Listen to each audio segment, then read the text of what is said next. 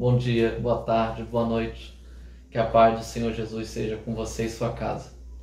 Eu sou o pastor Fábio, da Igreja Evangélica Projeto Renovar, e quero compartilhar com você e sua família, nesse dia, a lição de número 12 da revista Uns aos Outros, que temos estudado ao longo desse quadrimestre.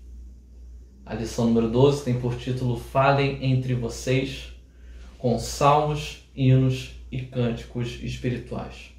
Mas antes de começarmos a lição, eu quero fazer uma breve oração com vocês. Amém?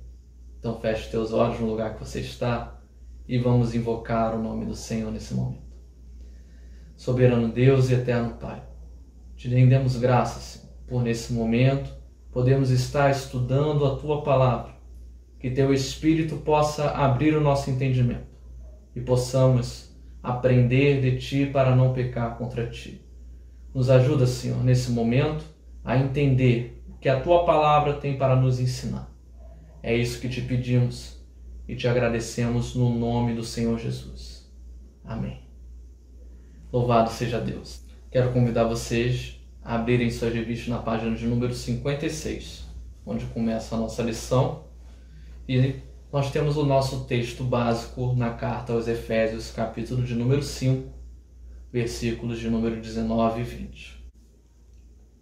Falando entre vós com salmos e hinos e cânticos espirituais, cantando e salmodiando ao Senhor no vosso coração, dando sempre graças por tudo a nosso Deus e Pai, em nome de nosso Senhor Jesus Cristo. Amém. Louvado seja Deus. E com essa leitura inicial, a gente começa a ter essa reflexão de que como é o culto que agrada ao nosso Deus. A gente tem o costume, o hábito do culto ele ser dividido em algumas partes. Parte da oração, parte do louvor, a parte de momentos de oferta, de ofertório, a parte da palavra de Deus. E essa lição vem tratar dessa importantíssima parte, que é a parte do louvor.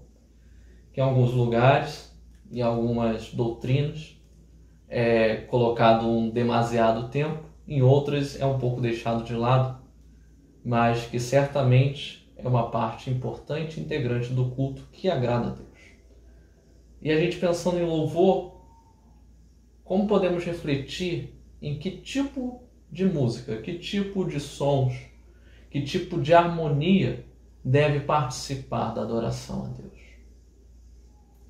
Ou seja, qual seria o tipo de música que agrada a Deus? Podemos muitas vezes nos preocupar com a música que agrade aos nossos ouvidos, com o estilo musical que mais se identifica com a nossa identidade, com a nossa comunidade ou com a nossa tradição. Mas será que é realmente o tipo, o estilo de música que tem agradado de fato o nosso Senhor? Vamos ler também na carta aos Hebreus, capítulo 13, verso 15. Portanto, ofereçamos sempre, por ele, a Deus sacrifício de louvor, isto é, o fruto dos lábios que confessam o seu nome. Então, no tópico 1, nós vamos começar a compreender os termos que vêm falar de música na Palavra de Deus. Essa lição vem trazer 3 principais termos, que são eles os salmos, os hinos e os cânticos, que são bastante semelhantes, mas possuem algumas pequenas diferenças. Os salmos vêm do hebraico de cântico de louvor e é geralmente traduzido no Antigo Testamento como cântico. O cantar dos salmos geralmente era acompanhado por algum instrumento. Você pode perceber em algum dos salmos o salmista fazer a citação de quais tipos de instrumentos eram utilizados naquele salmo. Complementando a questão dos salmos, eles eram utilizados também no Antigo Testamento para expressar gratidão a Deus, expressar louvor, expressar de forma cantada um sentimento de agradecimento a Deus. E no Novo Testamento eles são muitas vezes citados com referência ao próprio Antigo Testamento. O termo hino está relacionado à música, a algo cantado. Também está relacionado à poesia que é recitada, e poesia que é falada. E o termo cântico está no sentido de cantar, de produzir som vocal, de celebrar, de chamar, de utilizar a voz para trazer algum sentido musical, alguma expressão musical. Partindo para o tópico 2, vem falar da presença da música na Bíblia. A música na Bíblia. E a palavra música, ela está relacionada à combinação de sons para criar uma harmonia, para criar uma melodia e transformar isso em música. É a combinação dos sons de diversos instrumentos e também de diversas vozes para produzir a música. A gente, olhando para a história da igreja, a gente pode chegar à seguinte reflexão, que nem todos os instrumentos que nós vemos hoje eram utilizados para a celebração do culto a Deus. Um exemplo seria a bateria, que até poucos anos atrás não era aceita em muitas Assembleias de Deus, não era aceita em muitas igrejas, a guitarra elétrica. Certos instrumentos eram considerados como mundanos, sendo que a palavra de Deus vem trazer não necessariamente uma lista de instrumentos, mas do que a harmonização, a criação musical quer dizer, quer expressar, não apenas aos homens, mas principalmente a Deus.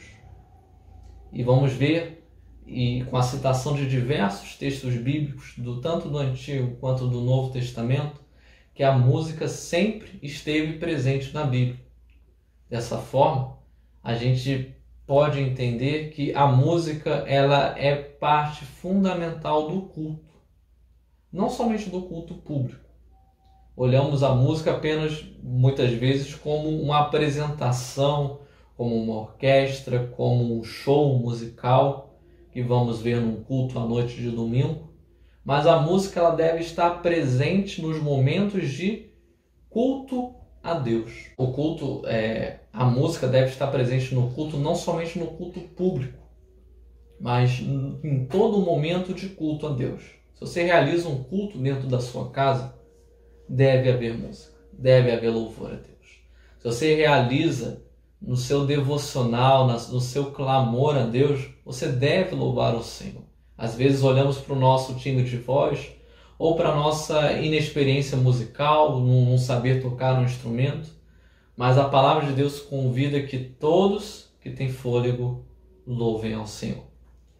Então a gente vai ver a presença da música tanto no Antigo quanto no Novo Testamento. E a palavra música, ela é citada cerca de 800 vezes só no Antigo Testamento. E vamos ver que Jubal foi o primeiro músico citado na Bíblia. Uma curiosidade que está em Gênesis, capítulo de número 4, verso 21. E o nome do seu irmão era Jubal. Este foi o pai de todos os que tocam harpa e órgão. Vamos ver a música também presente na história do povo de Deus. Ela está presente de forma espontânea. Isso é citado no Cântico de Moisés, lá em Êxodo capítulo 14, indo para o capítulo 15. Assim, o Senhor salvou Israel naquele dia da mão dos egípcios. E Israel viu os egípcios mortos na praia do mar.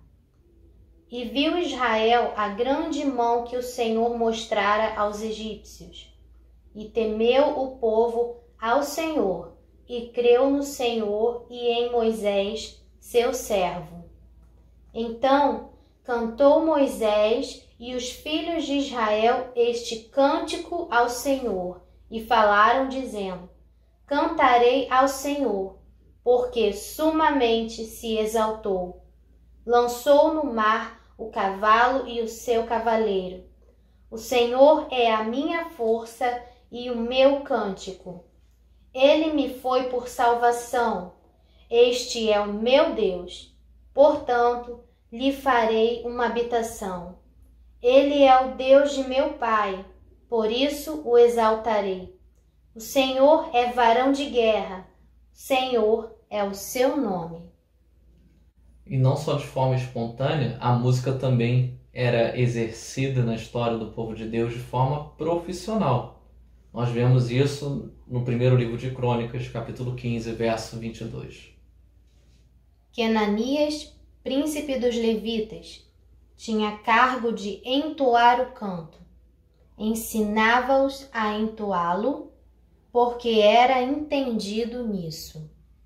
Ou seja, vemos na palavra de Deus tanto o ensino da música, quanto também a profissionalização dela, porque era um homem entendido no que estava fazendo. A música também estava presente no momento da construção do Templo de Salomão. Nós vamos ver também no primeiro livro de Crônicas, capítulo de número 23, e que também é a citação no capítulo de número 25.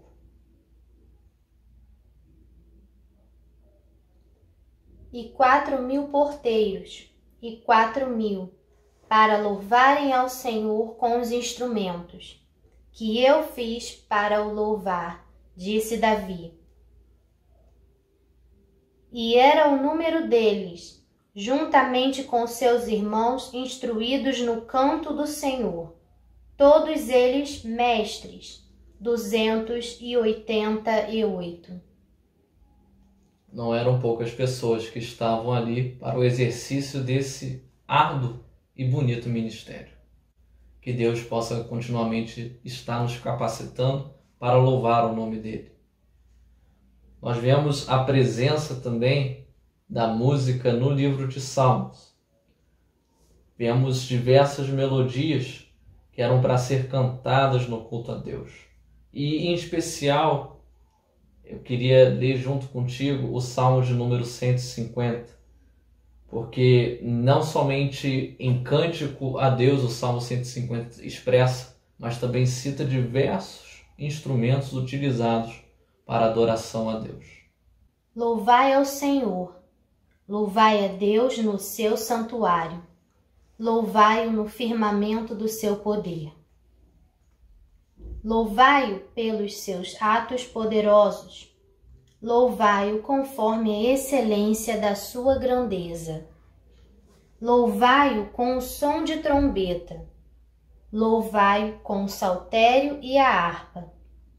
Louvai-o com o adufe e a flauta, louvai-o com instrumento de cordas e com flautas. Louvai-o com os símbolos sonoros, louvai-o com símbolos altissonantes. Tudo quanto tem fôlego, louve ao Senhor, louvai ao Senhor. Dessa forma nós vimos a presença da música no Antigo Testamento. E vamos ver agora também, de forma bastante presente, a música no Novo Testamento. E algo muito importante que esta lição destaca na revista é a presença da música no nascimento de Jesus. Será que em nossos dias nós temos louvado a Deus por esse milagre ter chegado a nós, pelo nosso Salvador ter nascido, para que eu e você pudéssemos ter acesso à salvação?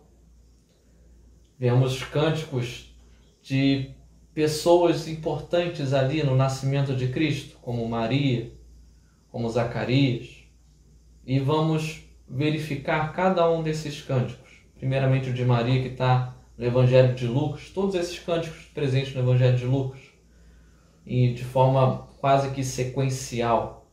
O de Maria está em Lucas, capítulo 1, verso do 46 ao 56. Disse então Maria: a minha alma engrandece ao Senhor, e o meu espírito se alegra em Deus, meu Salvador, porque atentou na humildade de sua serva.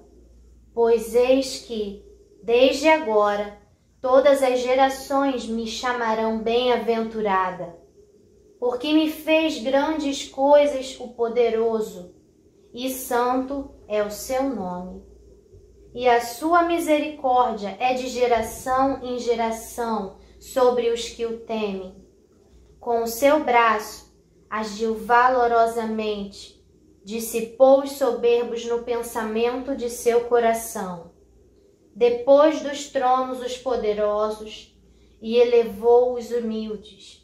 Encheu de bens os famintos, despediu vazios os ricos.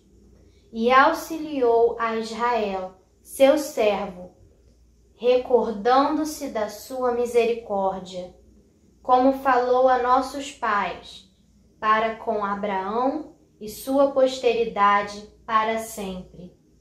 E Maria ficou com ela quase 3 meses e depois voltou para sua casa. Vamos ver também o cântico de Zacarias, que está em Lucas 1, 67 a 80.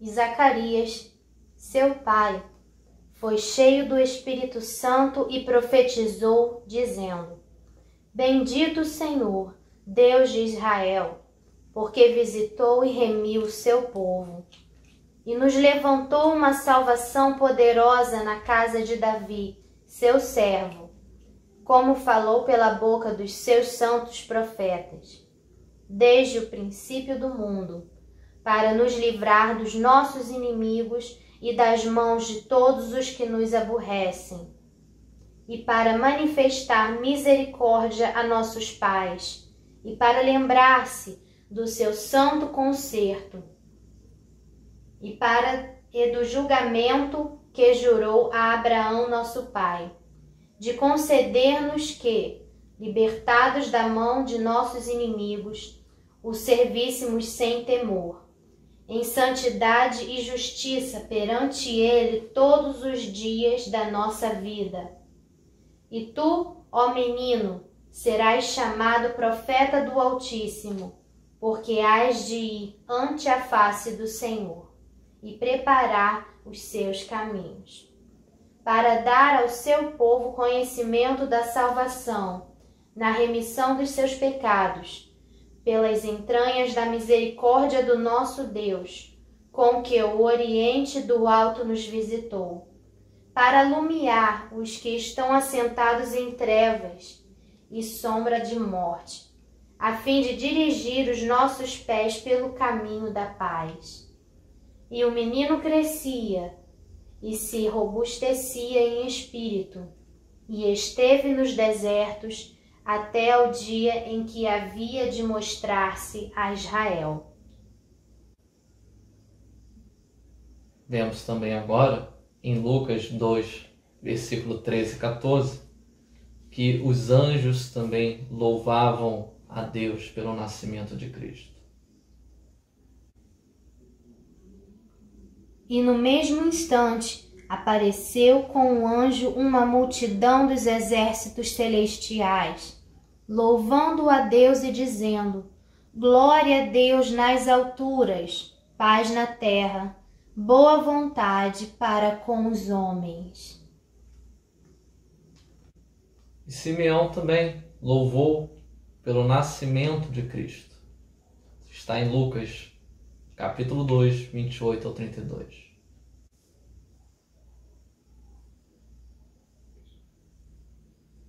Ele então o tomou em seus braços e louvou a Deus e disse: Agora, Senhor, podes despedir em paz o teu servo, segundo a tua palavra, pois já os meus olhos viram a tua salvação, a qual tu preparaste perante a face de todos os povos, luz para alumiar as nações e para a glória do teu povo Israel. Agora eu quero propor a você que está vendo esse vídeo. Será que você pode declarar algumas palavras de louvor a Cristo nesse momento? como estes homens, mulheres e até mesmo os anjos fizeram pelo nascimento de Cristo? Será que nossas palavras têm sido louváveis ao nosso Deus? Será que somos capazes de produzir louvor? Certamente que sim. Que Deus possa inspirar teu coração nesse dia a louvá-lo pelo dom que Ele tem te dado da vida, pela salvação que Ele te entrega por meio de Cristo Jesus. Vemos também a música presente em algumas outras passagens no Novo Testamento e vamos verificar cada uma delas nesse momento. Vamos ver em Marcos, após a ceia, no capítulo 14, verso 26. E tendo cantado o hino, saíram para o Monte das Oliveiras. Vemos também ali Paulo e Silas, em meio ao cárcere, em meio à prisão, louvando a Deus. É interessante o momento que estamos vivendo, de isolamento, de quarentena. Será que temos louvado a Deus em meio a este cárcere por causa da doença que tem se espalhado? Esse texto está lá no livro de Atos, capítulo 16, verso 25. Perto da meia-noite, Paulo e Silas oravam e cantavam hinos a Deus, e os outros presos os escutavam.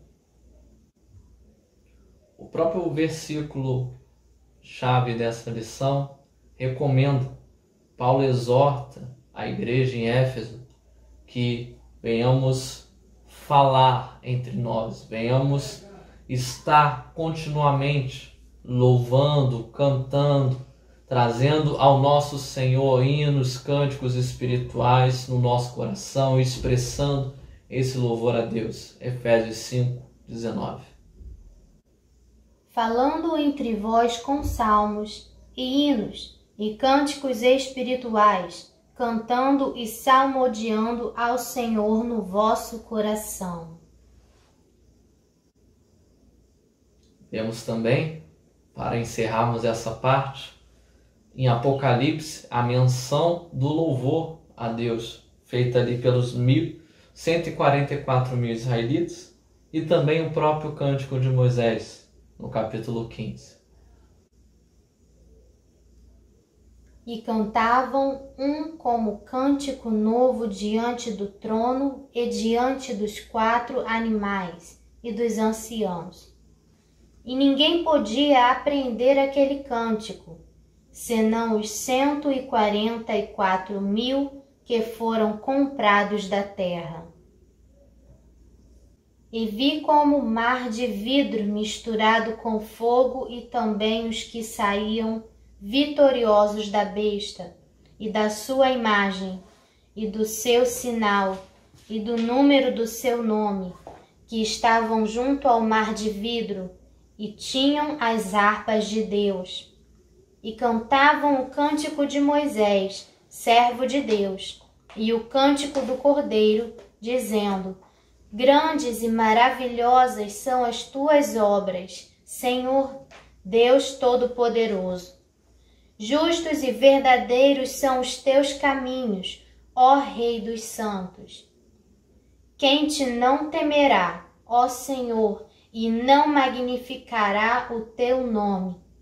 Porque só tu és santo, por isso todas as nações virão e se prostrarão diante de ti, porque os teus juízos são manifestos.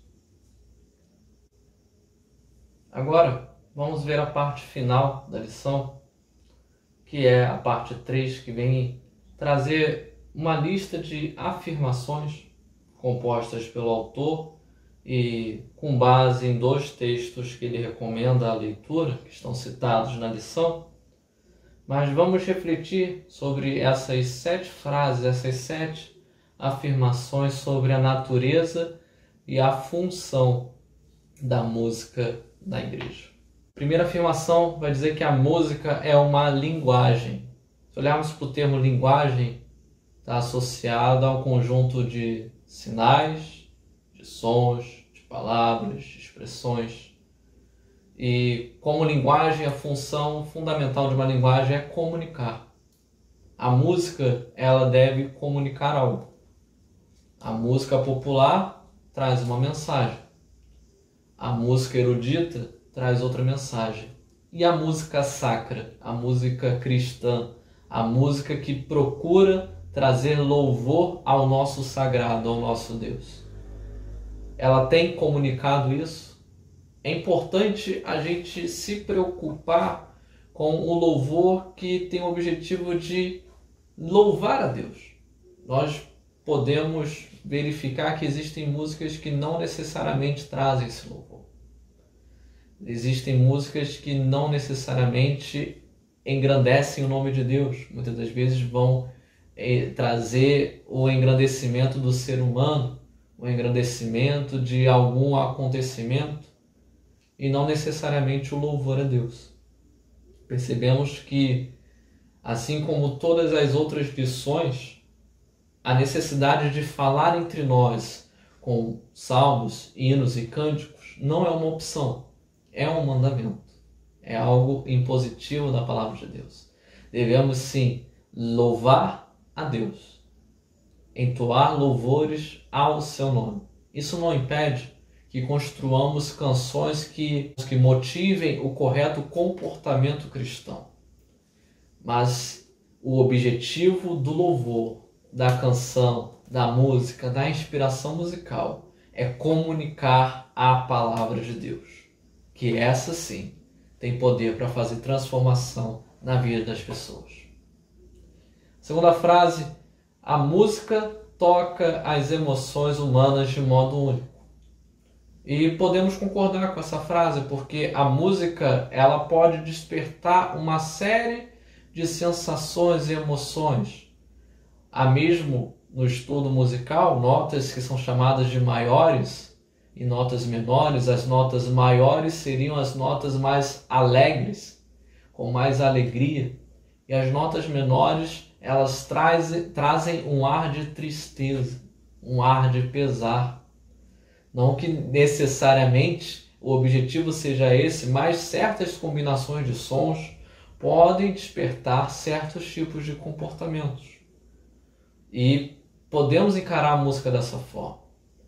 Nesse sentido, a gente precisa entender qual é o conjunto de ritmos, de sons adequados para a gente estar ministrando, executando na presença de Deus.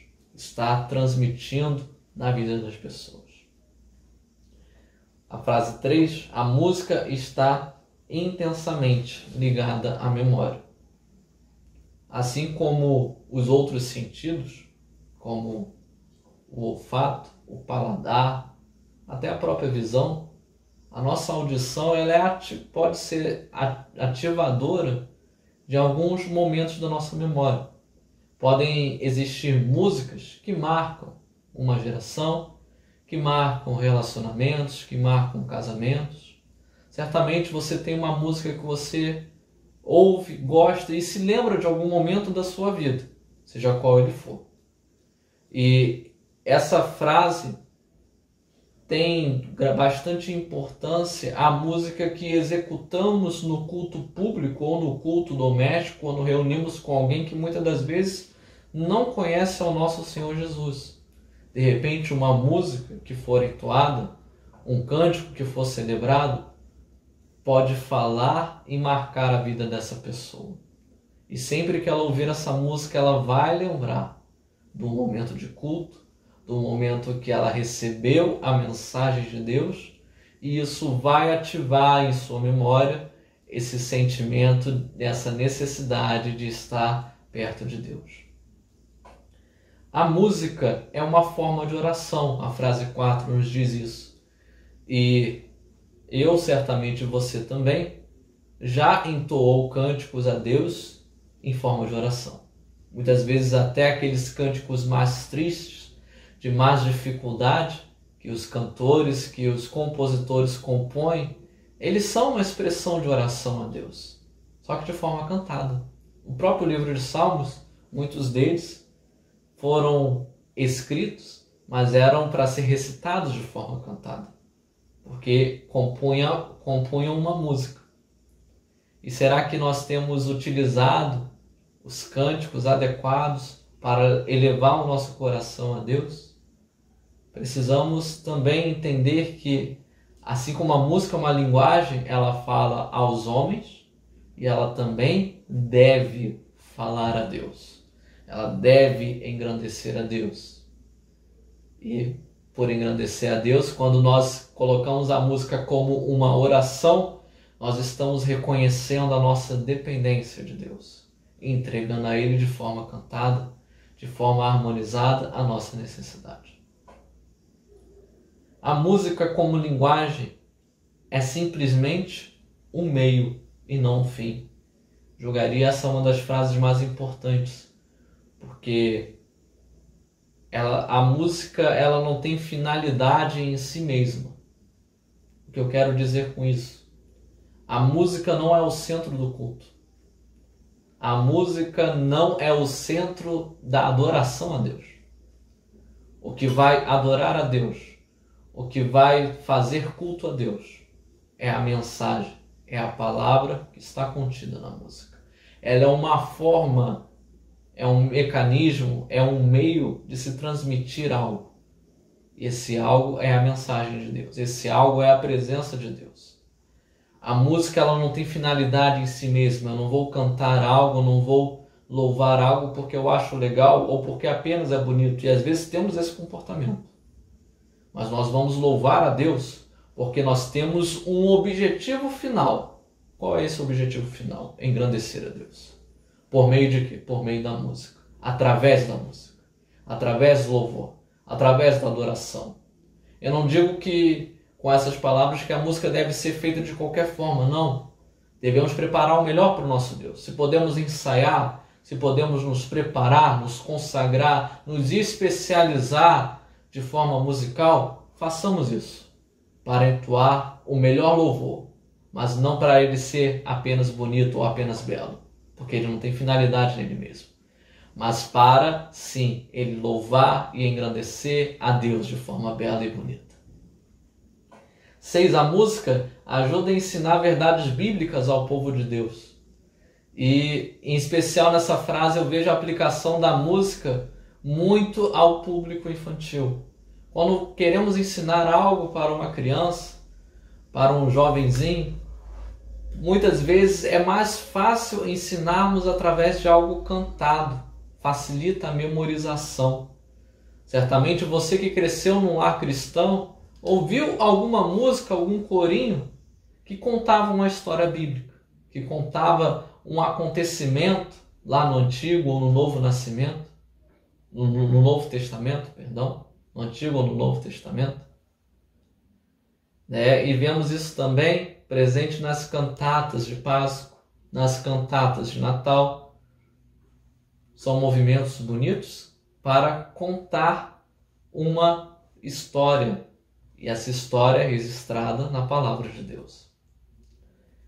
E 7, para encerrarmos, a música dá aos adoradores um meio genuíno para participar ativamente do culto. É uma frase interessante porque nem todos vão ter a oportunidade de estar à frente com o microfone. Isso, nós podemos ter uma igreja com 50 pessoas, 30 pessoas, 10 pessoas. Podemos ter uma igreja com 1.000 pessoas, 5.000 pessoas, 100.000 pessoas. Nem todos vão participar na organização do culto, vão trazer uma palavra, uma mensagem. Nem todos terão esse tipo de oportunidade. Mas no momento do louvor, durante o culto, todos têm a chance de estar adorando a Deus. É a forma que podemos participar de um jeito bastante ativo no momento de culto ao nosso Deus. Que você não despreze o momento da música. Às vezes julgamos menos relevante por aprendermos que o momento da palavra é a parte mais importante. E quantas vezes não nos pegamos no momento de louvor por não nos identificarmos, de repente, com a forma ou o jeito que está sendo transmitido o louvor, nos pegamos, em vez de estar louvando a Deus, em vez de estar tentando adorar a Deus, ficamos olhando para o lado, ou ficamos de cabeça para baixo, ou vamos abrir uma página na Bíblia. Não que a Bíblia não seja relevante, pelo contrário, ela é a peça fundamental porque ela é a palavra de Deus, mas o momento de louvor é a chance que Deus nos dá de expressarmos de forma ativa a nossa gratidão e participarmos do culto que está sendo feito. O culto não é feito apenas pelo pastor, o culto não é feito apenas pelos obreiros que estão organizando, o culto é feito por mim e por você, que estamos ali ativamente louvando a Deus. Para fecharmos a aula, eu quero ler duas frases que estão citadas nessa revista. Uma do pastor Rick Warren e outra do escritor Klaus Douglas, que vão de encontro à nossa realidade da igreja de hoje.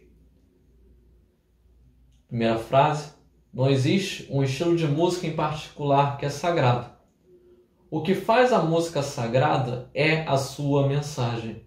A música não é nada mais do que um arranjo de notas e ritmos. Fica para nossa reflexão. Também a frase de Klaus Douglas que diz: a música é provavelmente o único elemento do nosso culto que também existirá no céu. Você já parou para pensar nisso? Hoje nós nos organizamos como igreja. E como será no céu? A palavra de Deus nos revela que todos juntos louvaremos ao nosso Criador. Que Deus te abençoe. O Espírito Santo de Deus abra o teu entendimento e desperte no meu e no teu coração o desejo de continuamente louvar e engrandecer ao nome do nosso Deus. Deus te abençoe.